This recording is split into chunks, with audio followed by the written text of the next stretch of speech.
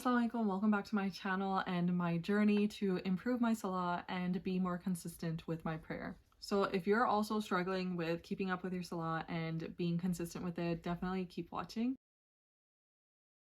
I think it would be a great idea to take a look back at the previous year and see what my progress has been. And for the most part, I would say that I have noticed a huge difference this year compared to the year prior. And I feel like I'm always improving when it comes to my goals with Salah. Specifically for myself, my goals with Salah are to be consistent and to feel like Salah is not a burden and to feel like at ease. Like I want to feel like this is natural almost for me. I want it to feel as easy as possible, even though, sometimes it does not feel that way. But I want to make sure my life is built in a way that makes a lot easy for me. And so I end up actually praying. I definitely had a lot of ups and downs this year. There were many periods where I was praying more often and more regularly, and then there were periods where I was kind of pulling off.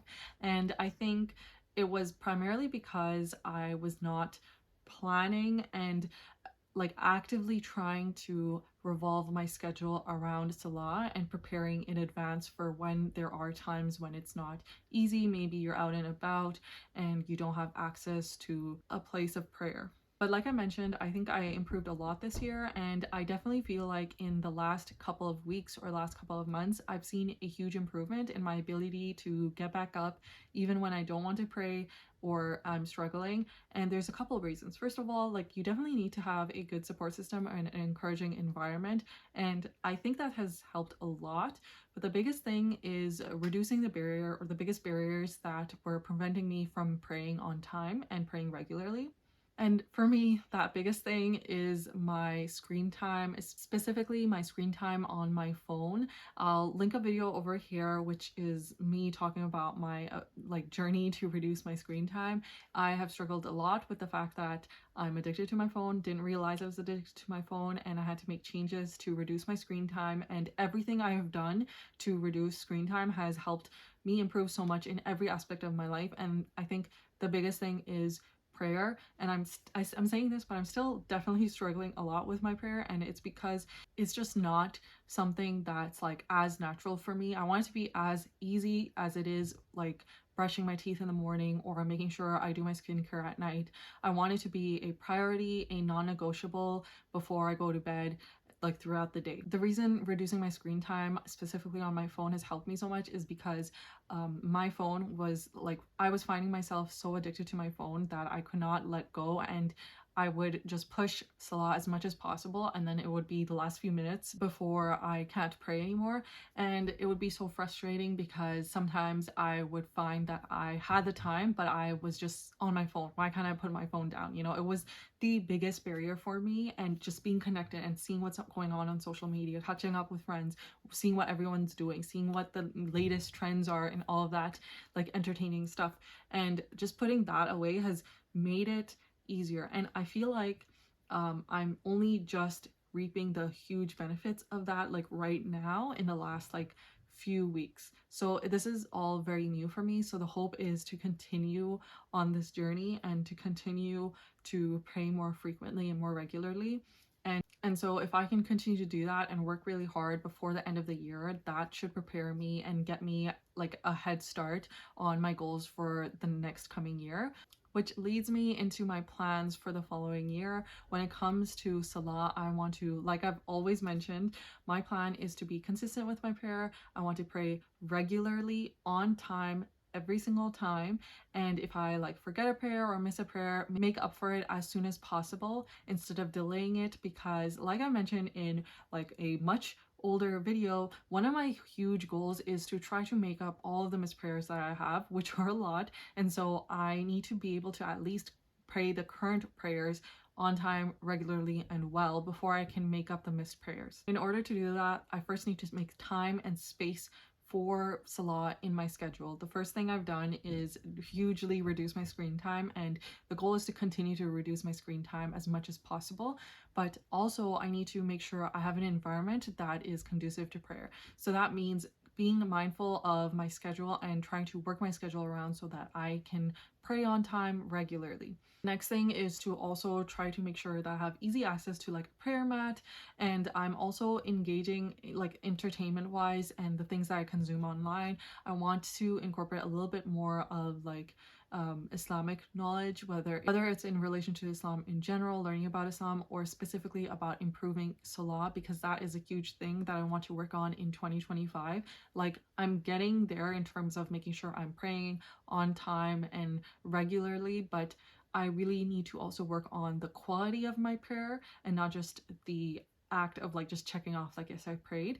And I think that's something that I'm going to try to focus on in 2025, probably in the latter half of the year, because I still need time to focus on just being regular. Because the thing that I found with myself is I can improve and like get to a point where I'm regular, but if I'm also going to start working so much on like the quality of my prayer, I know myself, I know I'm going to be overwhelmed and disappointed with all the faults in my prayer, and then it's gonna make me not want to pray, because I'm gonna think like, well, I'm not even doing this right, I need to be saying this, and thinking of all these different things, and you know, my wudu needs to be better, or like anything, like whatever it may be. I know myself, I know I'm gonna be upset and just want to not like just stop everything, because it's like like done is definitely better than perfect when it comes to Salah. And I struggled to understand this for so long. And I think if you can just understand that, you will be on a much better track. Like, not just in your life in general, but like this would have a huge impact if I had known this like 10 years ago, 15 years ago, when it comes to Salah. Like, I think I would have had a lot less prayers missed. And so I understand that about myself, and so I'm okay with not having like the perfect Salah, because I need to just perfect my attendance of Salah. You know what I mean? The other thing that really helps when it comes to Salah is to constantly be in wudu. And I used to take this so lightly, because my mom would just be like, you know, just make sure you're always in wudu, because then you'll be more likely to pray. And like, I understood that concept. I was like, okay, but like later, you know. And I've really found that if I can just stay in wudu, whether it's like make sure I don't use a washroom before, you know, I get that next Salah in, and just manage that, like it makes it so much easier to stay on track with Salah. Like, that has been such a huge barrier that I've noticed. It wasn't just the screen time, it was also like not being in wudu. And sometimes it's so frustrating, because I'm like, it's not that big of a deal, it takes like 2 minutes, right? But for example, like 2 minutes to do wudu. But for example, like I'm making this video right now, right? It's so frustrating if like I have to pray right now and I don't have wudu, but now I have makeup on, and now I have to take off the makeup and then make wudu and then pray and then reapply the makeup and then continue recording. Or maybe like I'm out and about and I have to deal with the makeup on my face. And I think that sounds so silly, but it's definitely something that I think women have to deal with a lot, the people that do choose to wear makeup. And like, some people wear makeup all the friggin' time, so I don't know how they do that. And like, that's like amazing if they are able to manage somehow, but that would be so annoying and frustrating if you're someone that wears makeup every single day. But what I try to do is I try to plan and adjust my schedule, adjust the timing that I want to record a video with when I need to pray. And so like, for example, I was going to delay Asr, even though it was just became Asr time. And I was like, okay, I'll do it after my video. And then I thought, okay, if I do that, I'm more likely to have something come up and like delay Salah even more, and or entirely forget about it. And then I'll remember, and then I'll be upset, and then I'll have to take off my makeup. What if I'm not done recording? Like, all of these things. And then I was like, okay, let's just pray it now, because normally it's not Asr time when I have started recording, but this time Asr time had already like started a while ago, so I made sure that I prayed and then I put on the makeup and did all of the things. And it was just like, I like, when I like navigate these things and choose Salah first and make time for it before the other task, I like feel very like proud of myself and happy that I'm like made this very small basic good decision. But for me, it's like I need to pat myself on the back every single time to just keep myself going. And the last thing when it comes to being prepared for Salah in the coming year is to make sure that I have a plan of action when it comes to when I'm not home for Salah. So I've definitely noticed that when I'm not home that I struggle a little bit more because it's just easier to think like, oh, I'm too busy because I'm not home. And it's like, no, you have to make time for it. And so that when it comes to that, it's just about pre-planning and anticipating when you're gonna have access to be able to do with you and when you'll have access to be able to actually pray Salah, and just try to work things out. One thing, like the biggest thing that I have seen over and over again with myself is the fact that if you think you can delay now because you'll be able to pray a little bit later because yeah, we're going out, but then this will happen, that happen, and then I'll pray. Most of the time, at least for myself, when I want to pray, it ends up getting pushed way more and then it's gaza, right? And so the biggest thing that I've learned is to try to just do things before. One thing that my husband does that sometimes is annoying, but it's the right thing to do, which is like right now, Maghrib Salah happens a lot sooner and sometimes we want to go out. But because Maghrib Salah happens a lot sooner now, like I think it's like around 4:30 or something. Let me check.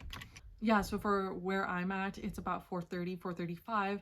And instead of leaving right after work for going out and enjoying the day, we try to go ahead and perform Salah and then leave, which forces me to also pray because I'm like, well, I might as well also pray because I'm also home and he's praying. Like, I might as well, like, do the same thing at the same time. The advantage of this is like Maghrib has a very short window, and so we're less likely to miss praying Maghrib on time. And it's like such a basic thing, but it makes a huge difference. And like being able to actually implement it, it's not hard, but it feels like you're being forced, at least for myself, it feels like you're being forced to like change your way of doing things, which when I think about it, I'm like, oh, this is probably how I should have been doing things from before, but I just wasn't doing it because I just didn't know better. And so this is another really easy way and really easy thing that I plan on incorporating in the year 2025 and onwards in order to make sure that I'm praying and praying on time, inshallah. So that's the progress I've made so far when it comes to Salah, and I am hoping to inshallah keep improving. I have other plans as well, but I don't want to mention them because I feel like it's really personal and I need to work on it myself and like prove to myself that I can do those things. But inshallah I will share those with you in the coming months or maybe even years, who knows. But that's where I'm at right now when it comes to my Salah. I hope that this was helpful or encouraging even a little bit. I know it's so frustrating because you always feel a little bit of guilt when you don't pray or you don't pray on time. And if this could motivate even one person to like go ahead and pray that Salah in order to reap the rewards rather than missing it, I hope like I'm satisfied. So thank you for watching. Definitely leave a comment down below if you have any tips to encourage me to stay on track with my Salah or really helpful resources. That would be great. Subscribe if you haven't already, and I will see you guys in the next video. Assalamu alaikum.